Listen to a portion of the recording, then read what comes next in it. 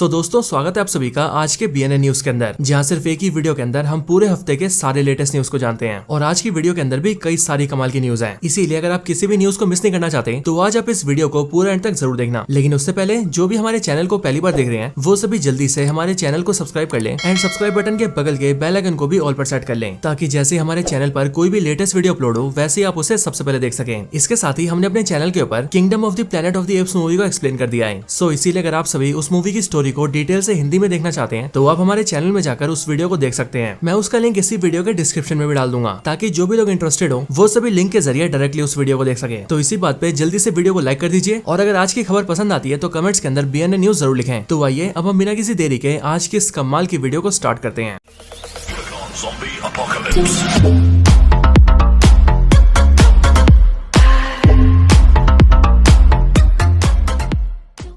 तो वही सबसे पहले बात करते हैं मार्वल की न्यूज के बारे में, जहां पर मार्वल से पहली खबर है डेडपुल 3 को लेकर। सो जैसा कि आपको पता चली गया होगा कि डेडपुल एंड वुल्वरीन मूवी की रीशूटिंग चल रही है, मतलब कि मूवी के कुछ सीन्स को फिर से रीशूट किया जा रहा है, और ये सारे रीशूट्स मई के महीने के एंड तक खत्म हो जाएंगे। सो इन्हीं सारे रीशूट से कई सारी इमेजेस बाहर आई हैं, एंड इन सारी इमेजेस के अंदर हम मूवीज के कैरेक्टर्स को देख सकते हैं। मैं इन सारी इमेजेस को बारी बारी करके आपके सामने दिखा रहा हूँ, आप किसी को ध्यान से देखना चाहें तो रोक कर देख सकते हैं। इनके अलावा आयरन स्टूडियोज नाम से एक टॉय कंपनी है। सो इन्हीं आयरन स्टूडियोज वालों ने डेडपुल और वुल्वरीन का एक स्टैचू बनाया है, एंड इस वाले स्टैचू की इमेज को आप अपने सामने देख सकते हैं। और अगर आप गौर करेंगे तो आपको पता लगेगा कि इस वाली इमेज के अंदर वुल्वरीन और डेडपुल के अलावा डॉगपुल भी है। अब यहीं पर ही डॉगपुल की बात करें तो डेडपुल 3 में दिखने वाले डॉगपुल को लेकर एक बहुत ही इंटरेस्टिंग खबर सामने आई है। असल में मूवी के अंदर जो कुत्ता डॉगपुल को प्ले कर रहा है वो असल में एक फीमेल डॉग है, जो कि ब्रिटेन से बिलोंग करती है, और ब्रिटेन के अंदर इस डॉग को सबसे अगली डॉग माना जाता है, मतलब कि सबसे गंदा दिखने वाला डॉग। लेकिन इसी वजह से मूवी के मेकर्स ने इसे डॉगपुल का रोल दिया है, क्योंकि एज ऑफ कोर्स हम सभी ये जानते हैं कि डेडपुल के ऊपर होने वाले एक्सपेरिमेंट की वजह से उसकी बॉडी काफी गंदी दिखती है, और अब क्योंकि डॉगपुल भी बिल्कुल वैसा ही है इसीलिए उसका गंदा दिखना भी बनता है। And that's why movie makers के हिसाब से ये वाली फीमेल डॉग डॉगपुल के कैरेक्टर के लिए बिल्कुल फिट है। इसके आगे बात करें डेडपुल 3 मूवी के डायरेक्टर शॉन लीवाई की, तो इन्होंने अभी हाल ही में एक स्टेटमेंट दिया है। असल में उन्होंने पब्लिकली ये बोला है कि जब ह्यूग जैकमैन की द वुल्वरीन बन रही थी तब उस टाइम पर ह्यूग जैकमैन ने उन्हें ये कहा था कि वो उनके साथ मिलकर उनकी मूवी द वुल्वरीन को डायरेक्ट करें, लेकिन उस टाइम पर शॉन लीवाई ने ह्यूग जैकमैन के इस प्रपोजल को ठुकरा दिया था। बट लेटर ऑन कई सालों बाद जैसे रियान रेनॉल्ड्स ने उनसे ये बोला कि वो उनकी मूवी डेडपुल 3 को डायरेक्ट करें, तो इस बार इस मौके को शॉन लीवाई ने झट से पकड़ लिया और उन्होंने इस अपॉर्चुनिटी को अपने हाथ से जाने नहीं दिया। इसके साथ ही शॉन लीवाई ने ये भी बोला कि रियान रेनॉल्ड्स और ह्यूग जैकमैन दोनों ही बहुत ही कमाल के एक्टर्स हैं, इसीलिए उन दोनों के साथ काम करके उन्हें बहुत ही मजा आया है। चलिए आगे बात करते हैं फैंटास्टिक फोर से गैलेक्टस के बारे में। तो अभी काफी टाइम से मार्वल के अंदर गैलेक्टस की कास्टिंग चल रही थी, और इसीलिए कौन सा एक्टर गैलेक्टस को प्ले करेगा उसे लेकर आए दिन कोई ना कोई रूमर्स आते ही जा रहे थे। लेकिन अब फाइनली मार्वल स्टूडियोज ने गैलेक्टस के एक्टर को फाइनल कर दिया है और उसे दुनिया के सामने अनाउंस भी कर दिया है। असल में फैंटास्टिक फोर मूवी के अंदर जो गैलेक्टस को प्ले करेंगे वो होंगे एक्टर राल्फ फिनेसन, और ये खबर मार्वल की तरफ से बिल्कुल पक्की है। हालांकि अगर आप सभी ने नोटिस कराओ तो ये जो राल्फ फिनेसन एक्टर है इन्होंने इससे पहले MCU की guardians of the Galaxy movie के अंदर काम किया था, लेकिन उस मूवी के अंदर इनका रोल बहुत छोटा था, क्योंकि ये वहाँ पर योंडू की टीम के सिर्फ एक छोटे से रेवेजर थे। लेकिन अब उस छोटे से रोल के बाद ही इन्हें सीधा MCU में गैलेक्टस को प्ले करने का मौका मिला है, जो कि सच में बहुत बड़ी बात है। तो चलिए बात करते हैं मार्वल के एक बहुत बड़े बदलाव के बारे में, जिस बदलाव को खुद डिज्नी के CEO बॉब आइगर ने अनाउंस किया है। अभी हाल ही में डिज्नी के CEO बॉब आइगर ने पब्लिकली ये अनाउंस किया है कि अब आगे से वो मार्वल स्टूडियोज की मूवीज के अंदर क्वांटिटी पे नहीं बल्कि क्वालिटी पे फोकस करेंगे, और इसीलिए अब से हर साल मार्वल की सिर्फ 2 ही मूवीज आएंगी। और रही बात शोज और टीवी सीरीज की, तो वो भी पूरे साल में सिर्फ 2 से 3 आएंगी, इससे ज्यादा बिल्कुल भी नहीं। मतलब कि पूरे साल में मार्वल की तरफ से सिर्फ 4 से 5 कंटेंट आएंगे, लेकिन ये सारे कंटेंट ऐसे होंगे जो कि जेन्युइनली मार्वल ऑडियंस को पसंद आएंगे। अब वैसे डिज्नी के CEO के ऐसा बोलने की वजह से अगले साल आने वाली मूवीज के ऊपर भी खतरा मंडरा सकता है, क्योंकि अगर आपको पता हो तो मार्वल ने अगले साल के लिए 4 मूवीज अनाउंस करी है, जो कि है कैप्टन अमेरिका 4, थंडरबोल्ट्स, फैंटास्टिक 4 और ब्लेड। और इसीलिए जब से डिज्नी के CEO का अनाउंसमेंट आया है तब से ही इस बात का अंदाजा लगाया जा रहा है कि हो ना हो ब्लेड मूवी जो कि अगले साल आ रही है उसे शायद से डिले कर दिया जाएगा, और वो 2025 में नहीं बल्कि 26 में आएगी। सो लेट्स सी आखिर होता क्या है। अब वैसे इस वाली खबर के साथ ही डिज्नी ने एक और न्यूज सामने रखी है। असल में आप सभी को पता ही होगा कि डिज्नी और वार्नर ब्रोस दोनों के पास ही अपना खुद का स्ट्रीमिंग प्लेटफॉर्म है, क्योंकि डिज्नी के जितने भी शोज हैं इंक्लूडिंग मार्वल वो सभी डिज्नी प्लस पर आते हैं, और वहीं WB का सारा कंटेंट HBO मैक्स पर आता है। लेकिन इस वजह से ऑडियंस काफी हद तक बढ़ जाती है, क्योंकि अगर मान लीजिए किसी को मार्वल और DC दोनों का कंटेंट देखना हो तो उसके पास कोई सिंगल ऑप्शन नहीं होता है, और इसीलिए उस बंदे को इन दोनों स्ट्रीमिंग प्लेटफॉर्म के ऊपर पैसा देना पड़ता है। सो इसी प्रॉब्लम को सॉल्व करने के लिए और अपने ऑडियंस को बढ़ाने के लिए डिज्नी और वार्नर ब्रोस ने एक साथ हाथ मिला लिया है, एंड इन्होंने ये अनाउंस किया है कि अब से कुछ ही टाइम के अंदर वो दोनों एक साथ मिलकर एक स्ट्रीमिंग प्लेटफॉर्म को लॉन्च करेंगे, और उस वाले स्ट्रीमिंग प्लेटफॉर्म के ऊपर डिज्नी और WB दोनों का ही कंटेंट आएगा, जिससे कि फैंस भी एक ही प्लेटफॉर्म के ऊपर यानी कि सिर्फ एक ही बार पैसा देके सबका कंटेंट देख पाएंगे। अब वैसे ऐसा कुछ इंडिया में आ जाए तो मजा ही आ जाए। चलिए अब इसके आगे बात करते हैं मार्वल के व्हाट इफ सीरीज की। तो मार्वल की व्हाट इफ सीरीज बहुत बड़ी हिट साबित हुई है, और इसके दोनों ही सीजन को फैंस ने बहुत पसंद किया है। और इसके साथ ही अगर बात करें आईफोन बनाने आने वाली एप्पल कंपनी की, तो एप्पल कंपनी ने अभी हाल ही में अपना विजन प्रो लॉन्च किया है। सो अब उसको लेकर ही मार्वल ने ये अनाउंस किया है कि वो एप्पल के विजन प्रो के लिए उन्हें व्हाट इफ का एक एक्सक्लूसिव कंटेंट देंगे। मतलब कि व्हाट इफ का वो वाला कंटेंट सिर्फ और सिर्फ विजन प्रो के ऊपर चलेगा और ये काफी खास तरह का कंटेंट होगा जिसे मार्वल भी पहली बार क्रिएट कर रहा है। वैसे ऐसा इसीलिए किया जा रहा है ताकि मार्वल के व्हाट इफ की पॉपुलैरिटी का फायदा उठाकर एप्पल कंपनी के विजन प्रो बिक सके। हालांकि व्हाट इफ का जो exclusive content Marvel vision pro पर दिखाने वाला है उसी के कई सारे इमेजेस सामने आए हैं। मैं इन सारी इमेजेस को भी आपके सामने दिखा रहा हूँ, आप चाहे तो इन्हें रोक कर देख सकते हैं। इसके साथ ही आगे बात करें लोकी के बारे में, तो लोकी का सीजन 2 भी बहुत बड़ा हिट साबित हुआ है। साथ ही सीजन 2 के फिनाले के अंदर लोकी का जो सीन दिखाया गया है, यानी कि वो वाला सीन जहाँ पर लोकी गॉड लोकी बनता है और सारे टाइमलाइंस को पावर देता है, वो सीन तो काफी ज्यादा फेमस है। और इसके लिए हॉट टॉयज वालों ने गॉड लोकी का एक नया एक्शन फिगर रिलीज किया है और इस वाले फिगर की इमेजेस को भी आप अपने सामने देख सकते हैं। वैसे देखने से तो काफी बढ़िया लग रहा है। तो चलिए अब आखिर में बात करते हैं साल 2023 की सबसे प्रॉफिटेबल मूवीज के बारे में। सो यहाँ पर सोनी स्टूडियो के Spiderman across the Spiderverse movie ने बाजी मार लिया है, क्योंकि ये मूवी साल 2023 की तीसरी सबसे ज्यादा प्रॉफिटेबल मूवी बन चुकी है, जिसका total net profit $328 million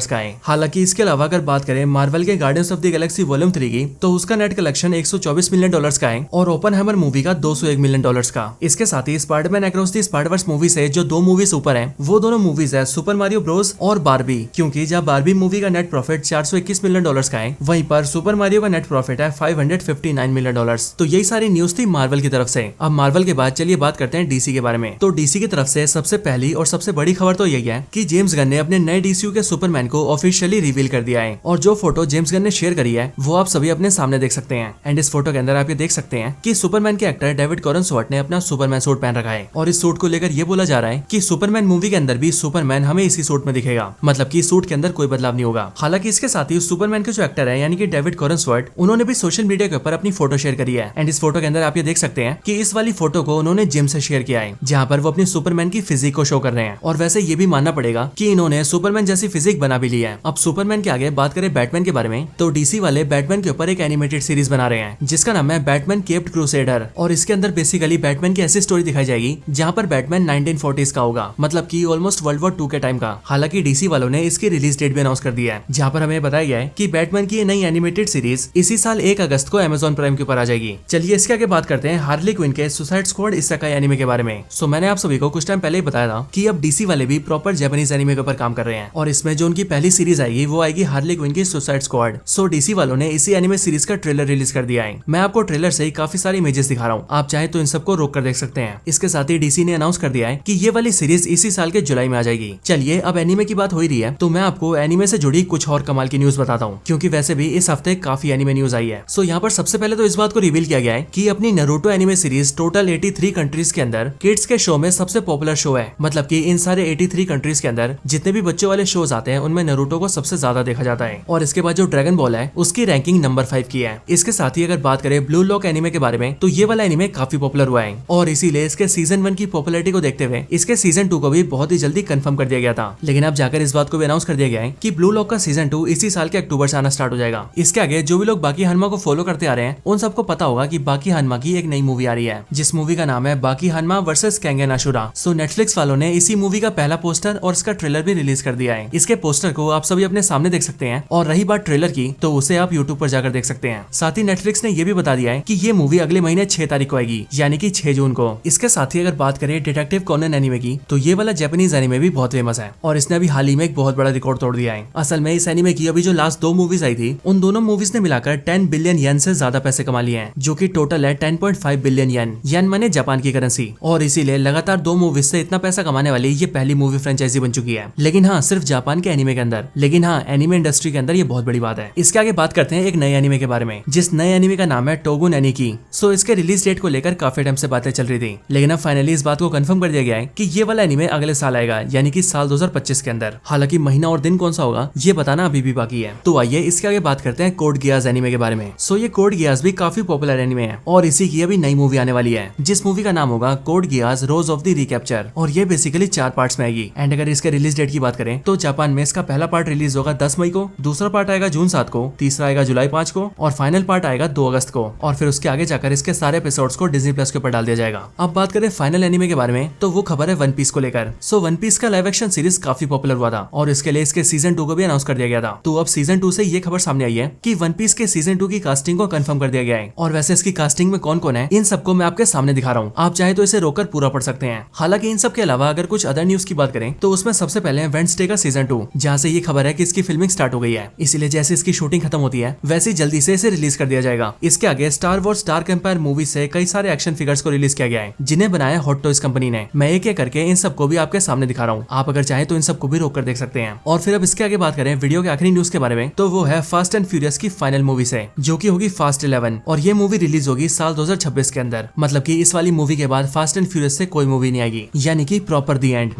so दोस्तों यही थी वीडियो इस हफ्ते के BNN न्यूज के ऊपर। आप सभी को ये वीडियो कैसी लगी मुझे कमेंट्स के अंदर जरूर बताएं, और अगर आप सभी का कोई और रिकमेंडेशन हो तो आप वो भी मुझे कमेंट्स में बता सकते हैं। बाकी जैसा कि मैं वीडियो की स्टार्टिंग में बता चुका हूँ कि अगर आप सभी kingdom of the planet of the apps movie की स्टोरी जानना चाहते हैं तो उसकी वीडियो हमारे चैनल पर अवेलेबल है, साथ ही साथ उसका लिंक वीडियो के डिस्क्रिप्शन में भी है। सो इसीलिए जल्दी से जाइए और उस वीडियो को वॉच आउट करिए। बाकी वीडियो पसंद आई हो तो लाइक करें, चैनल को सब्सक्राइब नहीं करा तो अभी के भी सब्सक्राइब करें, वीडियो को शेयर करना चाहते हैं तो ज्यादा से ज्यादा शेयर करें, और आप सभी इसी तरह से हंसते और मुस्कुराते रहें। मैं मिलता हूँ आपसे ऐसी किसी और बेहतरीन वीडियो में, तब तक के लिए गुड बाय।